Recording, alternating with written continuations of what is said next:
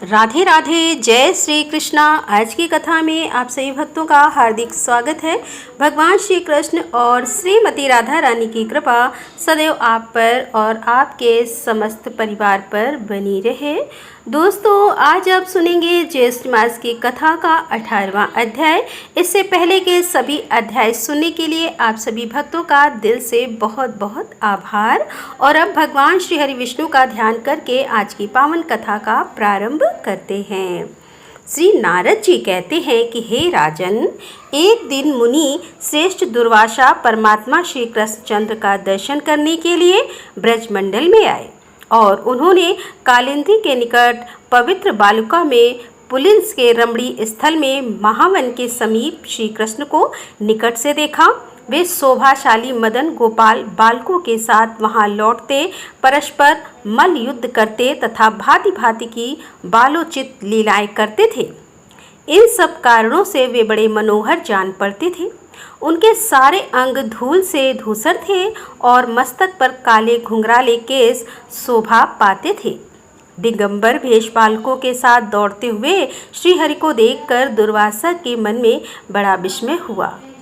श्री मुनि मन ही मन कहने लगे कि क्या ये वही षड्विध ऐश्वर्य से संपन्न ईश्वर हैं? फिर यह बालकों के साथ धरती पर क्यों लौट रहे हैं? मेरी समझ में यह केवल नंद का पुत्र है, परात्पर श्री कृष्ण नहीं है। श्री नारद जी कहते हैं कि हे राजन, जब महामुनि दुर्वासा इस प्रकार मोह में पड़ गए, तब खेलते हुए श्री कृष्ण स्वयं उनके पास उनकी गोद में आकर बैठ गए और फिर उनकी गोद से हट गए। अब श्री कृष्ण की दृष्टि बाल सिंह के समान थी।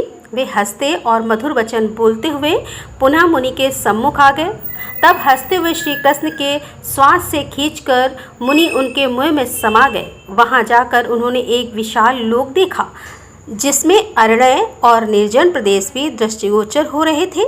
उन अरणों अर्थात जंगलों में भ्रमण करते हुए मुनि बोल उठे कि मैं कहाँ से यहाँ आ गया। इतने में ही उन महामुनि को एक अजगर निगल गया।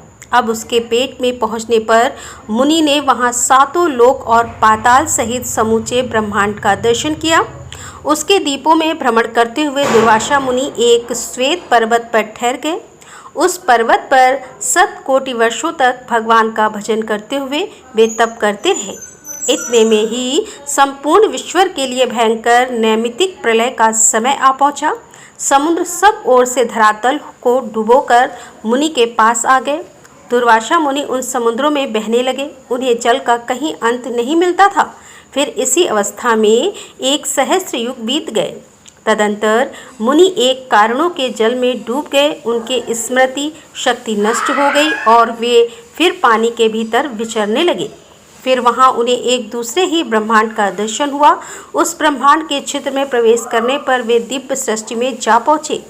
वहां से उस ब्रह्मांड के सरोभाग में विद्यमान लोकों में ब्रह्मा की आयु पर्यंत चरते रहे। इसी प्रकार वहां एक चित्र देखकर श्रीहरि का स्मरण करते हुए वे उसके भीतर घुस गए। घुसते ही उस ब्रह्मांड के बाहर आ निकले। फिर तत्काल उन्हें महती जल राशि दिखाई दी। उस जल राशि में उन्हें कोटि कोटि ब्राह्मण की राशियां बहती हुई दिखाई दी। तब मुनि ने जल को ध्यान से देखा तो उन्हें वहां विरजा नदी का दर्शन हुआ। फिर उस नदी के पार पहुंचकर मुनि ने साक्षात गोलोक में प्रवेश किया। वहां उन्हें क्रमशः वृंदावन, गोवर्धन और सुंदर यमुना पुलित का दर्शन करके बड़ी प्रसन्नता हुई। फिर मुनि जब निकुंज के भीतर घुसे तब उन्होंने अनंत कोटि मार्तंड के समान ज्योतिर्मंडल के अंदर दिव्य लक्षदल कमल पर विराजमान साक्षात परिपूर्ण पुरुषोत्तम राधा वल्लभ भगवान श्री कृष्ण को देखा, जो असंख्य गोप गोपियों से घिरे तथा कोटि कोटि गौओं से संपन्न थे। असंख्य ब्रह्मांड के अधिपति उन भगवान श्रीहरि के साथ ही उनके गोलोक का भी मुनि को दर्शन हुआ। उन्हें देखकर भगवान श्री कृष्ण हंसने लगे। हंसते समय उनके श्वास से खींचकर दुर्वासा मुनि उनके मुख के भीतर पहुंच गए।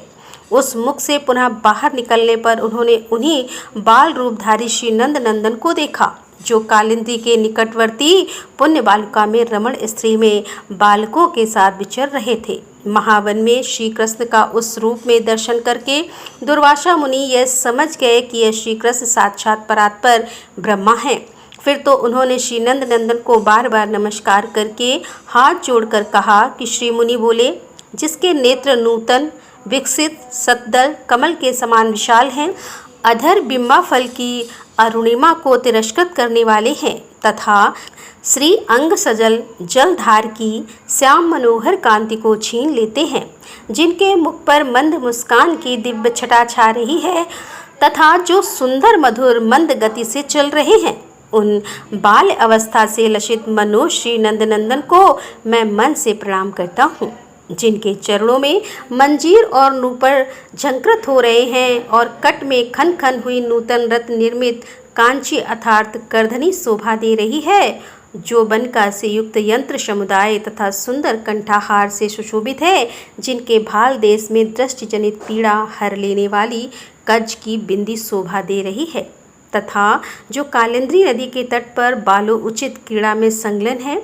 उन श्री हरि की मैं वंदना करता हूँ, जिनके पूर्ण चंदोपम सुंदर मुख पर नूतन नील घन की श्याम विवाह को तिरस्कृत करने वाले घुंघराले काले केस चमक रहे हैं तथा जिनका मस्तक रूपी मुकुंद कुछ झुका हुआ है, उन आप नंद नंदन श्री कृष्ण तथा आपके अग्रज श्री बलराम को मेरा बारंबार नमस्कार है।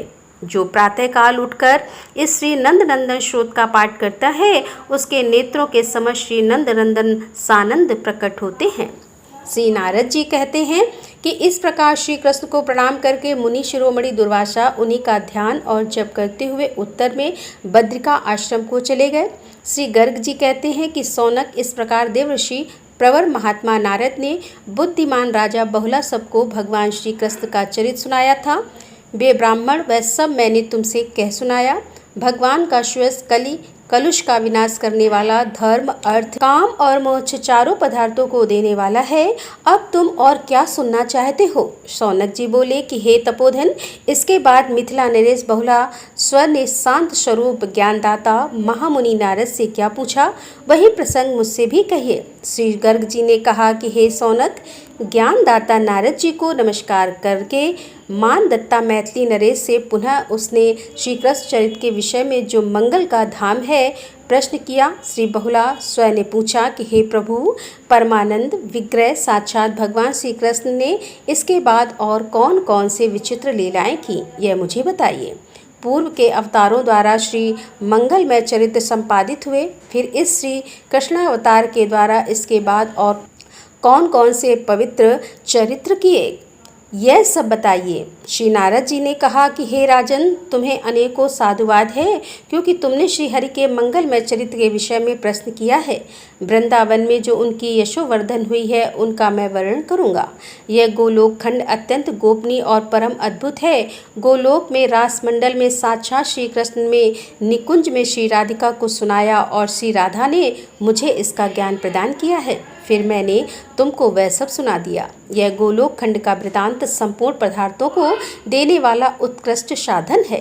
यदि ब्राह्मण इसका पाठ करता है तो वह संपूर्ण शास्त्रों के अर्थ का ज्ञाता होता है। क्षत्रिय इसे सुने तो वह प्रचंड पराक्रमी चक्रवर्ती सम्राट होता है। वैश्य सुने तो वह निधि हो जाए और शूद्र सुने तो वह संसार के बंधन से छुटकारा पा जाए। जो इस जगत में फल की कामना से रहित होकर इसका पाठ करता है, वह जीवन मुक्त हो जाता है। जो सम्यक भक्तिभाव से युक्त होकर नित्य इसका पाठ करता है, वह भगवान श्री कृष्ण चंद्र के गोलोक धाम में जो प्रकृति से परे हैं पहुंच जाता है। राधे राधे, जय श्री कृष्णा। आज की कथा का यहीं पर समापन करती हूँ। इसके आगे का वृतांत आप कल की कथा में सुनेंगे। उम्मीद करती हूँ यह कथा आपको पसंद आई होगी। तो अगर कथा पसंद आती हो तो वीडियो को लाइक किए बिना तो बिल्कुल नहीं जाना और कमेंट बॉक्स में राधे राधे ज़रूर लिखना और संभव हो तो वीडियो को शेयर भी कीजिएगा। तो दोस्तों, मिलते हैं इसके आगे की कथा लेकर। तब तक के लिए राधे राधे, जय श्री कृष्णा, हर हर महादेव, जय भोलेनाथ की।